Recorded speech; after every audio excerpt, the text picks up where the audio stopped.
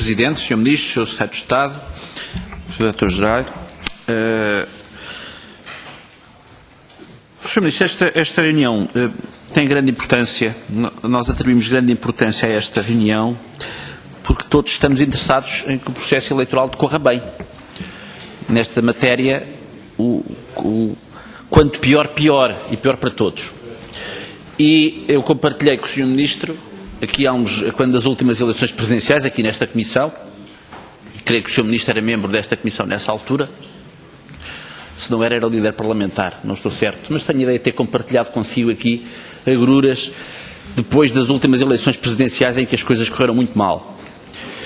As voltas que o mundo dá. E em que, exatamente, e em que eu estou, conhecendo o Sr. Ministro como conheço, estou seguro de que se o senhor fosse Ministro da Moção Interna perante um caso daqueles, estaria demitido. Coisa que o Ministro da altura não fez. E, portanto, o Ministro da altura fez rolar a cabeça do Diretor-Geral para que a sua pudesse permanecer no sítio. Bom, mas isso são águas passadas, agora o importante é que se tirem lições desses acontecimentos para que eles não voltem a ocorrer. Seria muito triste que factos semelhantes, perturbações desse tipo ou de outro tipo no processo eleitoral pudesse decorrer, até porque nós compreendemos a ansiedade com que a grande maioria dos portugueses espera por este ato eleitoral, aliás, espera pela possibilidade de poder exercer o seu direito de voto o mais rapidamente possível, para que daí possam ser tiradas todas as ilações políticas que devem ser tiradas de um ato eleitoral. E, portanto, estamos todos muito ansiosos porque essas eleições decorram bem. Não é? Sr. Ministro, há uma questão que eu diria que diz respeito ao recenseamento eleitoral, mas que eu diria até que nem é para agora. Porque nessa matéria o que não se resolveu até agora também não se vai resolver até às eleições autárquicas, que tem que ver com a situação geral da base de dados do recenseamento eleitoral. Aqui há um tempo atrás foi muito noticiado uma auditoria que a CNPD fez à base de dados do recenseamento eleitoral, que tinha resultados muito críticos, que apontava para deficiências consideráveis, para duplicação de registro de eleitores, enfim, apontava para a necessidade de haver uma revisão profunda da base de dados do recenseamento eleitoral. Eu não me deixo impressionar por alguns estudos que de vez em quando aparecem aí, especulativos e sem grandes garantias de qualidade, que apontam para centenas de milhares de chamados eleitores fantasmas, enfim. Creio que alguns estudos têm sido apresentados com uma grande carga de sensacionalismo e depois, olhando para os respectivos conteúdos, não me parecem muito credíveis. Mas, em todo o caso, eu creio que se deveria olhar atentamente, designadamente para alguns problemas detectados pela CNPD e encontrar uma forma de poder garantir melhor a fidelidade dos cadernos eleitorais, da base de dados dos cadernos eleitorais, relativamente ao universo eleitoral real. Porque se isso em eleições não terá uma importância por aí além, por exemplo, se houver um referendo que exige um quórum deliberativo, isso aí, as deficiências da base de dados do recenseamento eleitoral é relevante. E por isso é que eu digo que isto não é para agora, mas em todo o caso gostaria de sinalizar essa questão, de podermos olhar a sério para a base de dados e gostaria de saber se essa também é uma preocupação que o Governo tenha, sublinho não para agora, mas para quando estivermos longe de eleições. Agora, relativamente ao que nos ocupa, todos sabemos que este processo de reorganização administrativa está a ser ainda um processo conturbado e sabemos também de grandes preocupações que existem pelo país fora relativamente às consequências que esta conturbação pode vir a ter. Tanto mais que nós sabemos que os autarcas de freguesia são interlocutores naturais da organização do processo eleitoral e sabemos que, evidentemente, todo este processo de extinção de mais de 1 milhar de freguesias não está a ser um processo pacífico e que o ambiente em que estão a ser preparadas essas eleições também não o é. Eu imagino que a vontade de colaboração dos autarcas de freguesias extintas, freguesias a extinguir, não seja o melhor. Não seja o melhor.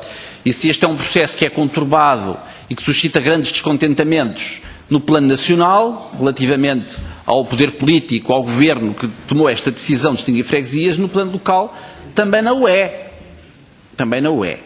E, portanto, estamos muito preocupados com o ambiente local em que estas eleições vão decorrer. E depois acontece que nos municípios onde houve alteração territorial das freguesias, as comissões instaladoras não correspondem às exigências das comissões recenseadoras. O que é que eu quero dizer? A lei do recenseamento eleitoral prevê que existam nas freguesias comissões recenseadoras, não são a junta de freguesia. Por vezes as pessoas associam a junta de freguesia à comissão recenseadora, são realidades diferentes. Porquê? Porque as comissões recenseadoras, nos termos da lei, contam com a participação de representantes dos partidos políticos com representação parlamentar, mesmo que eles não tenham representação nos órgãos locais. Ora bem, as comissões instaladoras das freguesias, das novas freguesias nos municípios em que há alterações territoriais, contam só com representantes designados pela Câmara Municipal e apenas de acordo com os resultados das eleições anteriores para as respectivas freguesias. O que é um retrocesso. Ou seja, isto é um pouco um regresso à monarquia constitucional em que quem ganha as eleições organiza as seguintes. E, portanto, há aqui um problema que nós não podemos deixar de salientar. Há aqui uma entorse democrática quanto à composição das comissões instaladoras das freguesias onde houve alterações de limites territoriais. E que prejudica, evidentemente, a fiscalização democrática do processo eleitoral, no que diz respeito ao respectivo recenseamento. Ora bem, e aqui como agravante é que quando houve alterações, a lei que definiu os limites das novas freguesias, eles foram definidos a traço grosso. Ou seja, eu imagino que, enquanto que até agora, quando se criava uma nova freguesia, ela era criada na lei com uma delimitação precisa dos respectivos limites, e aliás, delimitação descrita na própria lei.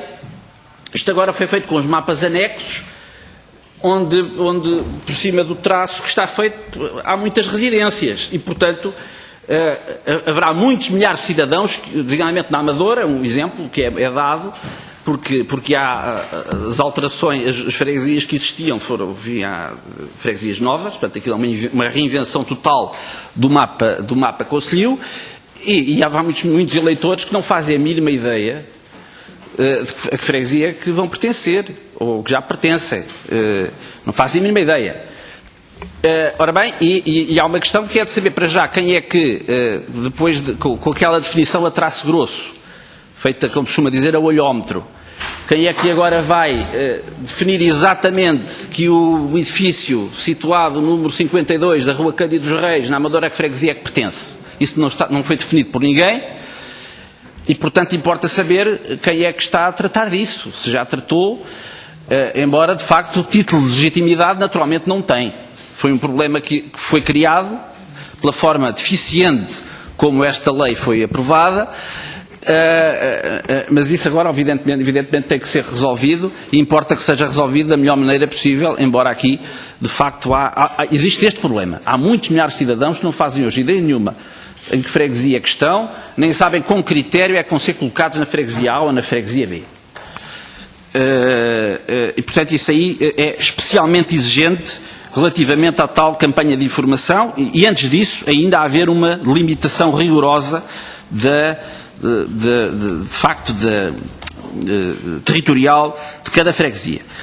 Ora bem, depois voltamos ao problema da indexação ao Código Postal.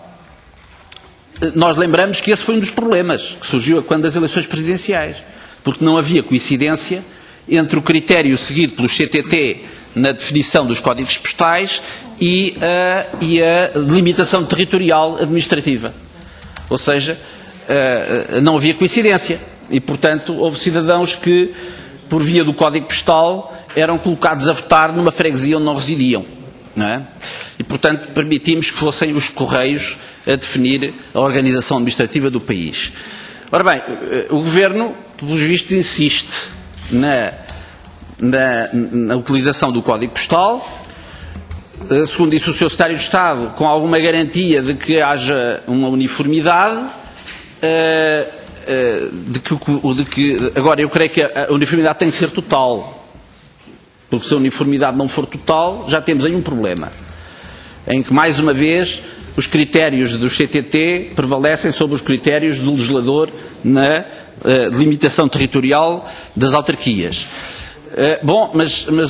Então espero ao menos que isto seja, se o Governo insiste em adotar o critério do Código Postal, que isso signifique um abandono da ideia de privatizar os Correios, porque senão qualquer dia nós vamos passar a ter o recenseamento eleitoral decidido por empresas privadas, não é? Não sabemos se de chineses ou se de quem ou de quem, não é? E portanto esta não é, se o Tata Correia está mal informado, há com certeza.